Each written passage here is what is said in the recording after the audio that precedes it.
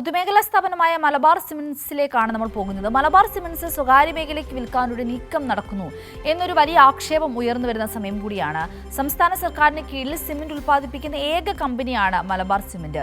ഈ മലബാർ സിമന്റിനെ ലക്ഷ്യമാക്കി അദാനി ഗ്രൂപ്പ് കേരളത്തിൽ പ്രവർത്തനങ്ങൾ വ്യാപിപ്പിക്കുന്നു എന്ന ആക്ഷേപം ഉന്നയിക്കുന്നത് മറ്റാരുമല്ല, അവിടുത്തെ തൊഴിലാളികൾ തന്നെയാണ്. ഇവിടെ നമ്മൾ ചൂണ്ടിക്കാട്ടേണ്ട മറ്റൊരു വിഷയം എന്ന് പറയുന്നത് ധവളപത്രത്തിൽ മലബാർ സിമന്റ്സിന്റെ നഷ്ടം പെരുപ്പിച്ച് കാണിച്ച മുഖ്യമന്ത്രിയെ കൂടി നമ്മൾ കണ്ടു. അന്ന് അങ്ങനെ പെരുപ്പിച്ച് പറഞ്ഞത് ഇങ്ങനെയൊരു വിൽപ്പന ലക്ഷ്യമിട്ടാണോ എന്നുള്ളൊരു സ്വാഭാവികമായ സംശയം കൂടി ഈ ഒരു സമയത്ത് ഈ വാർത്ത നമ്മളിലേക്ക് എത്തുമ്പോൾ നമ്മുടെ മനസ്സിൽ ഉയരുന്നതാണ്. നമുക്കെന്തായാലും സന്തോഷ് സർങ്ങിലേക്ക് പോകാം. സന്തോഷ് തയ്യാറായിട്ടുണ്ട് വിശദ വിവരങ്ങളുമായി.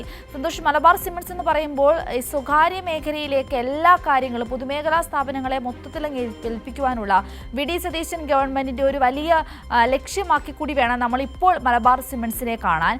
എന്താണ് അവിടുത്തെ തൊഴിലാളികളുടെ യഥാർത്ഥ ആക്ഷേപം? എന്താണ് അവിടുത്തെ സാഹചര്യം?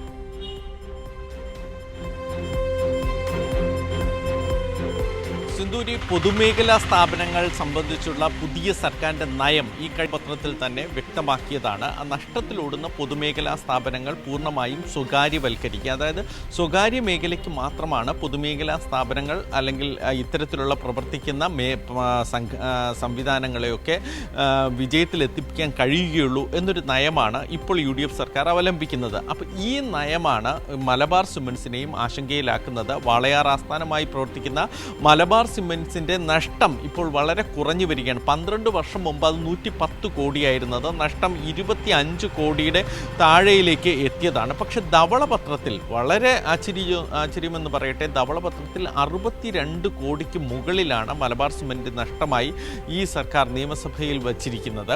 അപ്പോൾ ഇത് ഇവിടുത്തെ ജീവനക്കാരെയും ഇവിടുത്തെ ബോർഡിനെയൊക്കെ ആശങ്കയിലാക്കുന്നു. എന്തുകൊണ്ടാണ് നഷ്ടം ഉയർത്തി കാണിച്ചതെന്നാണ്. അതുമായി ബന്ധപ്പെട്ട് പരിശോധിക്കുമ്പോഴാണ് കോർപ്പറേറ്റ് മേഖലയിൽ കഴിഞ്ഞ കുറേ നാളായി നടന്നു വരുന്ന ചില നീക്കങ്ങൾ പരിശോധിക്കേണ്ടത്. അതിൽ ഒന്നാമത്തേത് റിയൽ എസ്റ്റേറ്റ് മേഖലയിൽ ഒരു ഏകാധിപത്യ പ്രവണത സജീവമായി വരുന്നുണ്ട്. പ്രത്യേകിച്ച് ദക്ഷിണേന്ത്യയിൽ ഈ സിമന്റ് നിർമ്മാണ കേന്ദ്രങ്ങൾ, കമ്പി നിർമ്മാണ കേന്ദ്രം തുടങ്ങിയവയൊക്കെ ഒരു ഗ്രൂപ്പിന് കീഴിലാക്കുക. അതിൽ സജീവമായുള്ളത് ഇപ്പോൾ അദാനി ഗ്രൂപ്പാണ്, കൂടാതെ ബിർള ഗ്രൂപ്പും. ഈ കഴിഞ്ഞ, അതായത് വാളയാറിൽ നിന്ന് വളരെ അടുത്ത ദൂരത്തല്ലാത്ത പല സിമന്റ് കമ്പനികളും ഇപ്പോൾ തന്നെ അദാനി ഗ്രൂപ്പിന് കീഴിലായി.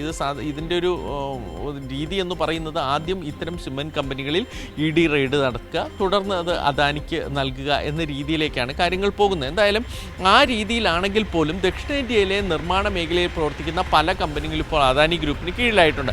അതേ തരത്തിൽ മലബാർ സിമന്റ്സും അദാനി ഗ്രൂപ്പിന് കീഴിലായാൽ പിന്നെ ഈ മേഖലയിൽ നിർമ്മാണ സാമഗ്രികളുടെ വില വർദ്ധിപ്പിക്കാൻ ഏകപക്ഷീയമായി ഒരു കോർപ്പറേറ്റ് ഗ്രൂപ്പിന് മാത്രമായി കഴിയും എന്നതാണ്. അതുതന്നെയാണ് തൊഴിലാളികളെ ആശങ്കയിലാക്കുന്നതും. അപ്പോൾ ഇനിയുള്ളത് മലബാർ സിമന്റ്സ് മാത്രമാണ്. അത് വാങ്ങിയാൽ മതിയാകും. ഇപ്പോൾ ഈ UDF സർക്കാരിൻ്റെ നയമനുസരിച്ചാണെങ്കിൽ നഷ്ടത്തിലോടുന്ന ഇത്തരത്തിലുള്ള പൊതുമേഖലാ സ്ഥാപനങ്ങൾ മറ്റു ഗ്രൂപ്പുകൾക്ക് കൈമാറുന്നതിന് യാതൊരു തടസ്സവുമില്ല. ഈ മേഖലയിൽ സജീവമായി നിൽക്കുന്നത് അദാനി ഗ്രൂപ്പാണ്. അതുകൊണ്ടാണ് യൂണിയനുകൾ, ജീവനക്കാർ ഇക്കാര്യത്തിൽ ആശങ്ക പ്രകടിപ്പിക്കുന്നത്. കേരളത്തിൻ്റെ ഏറ്റവും പ്രൗഢമായൊരു പൊതുമേഖലാ സ്ഥാപനം കൂടിയാണ് മലബാർ സിമന്റ്സ് എന്ന് പ്രത്യേകം നമ്മൾ ഓർക്കേണ്ടത് കൂടിയുണ്ട്. സിന്ധൂരി.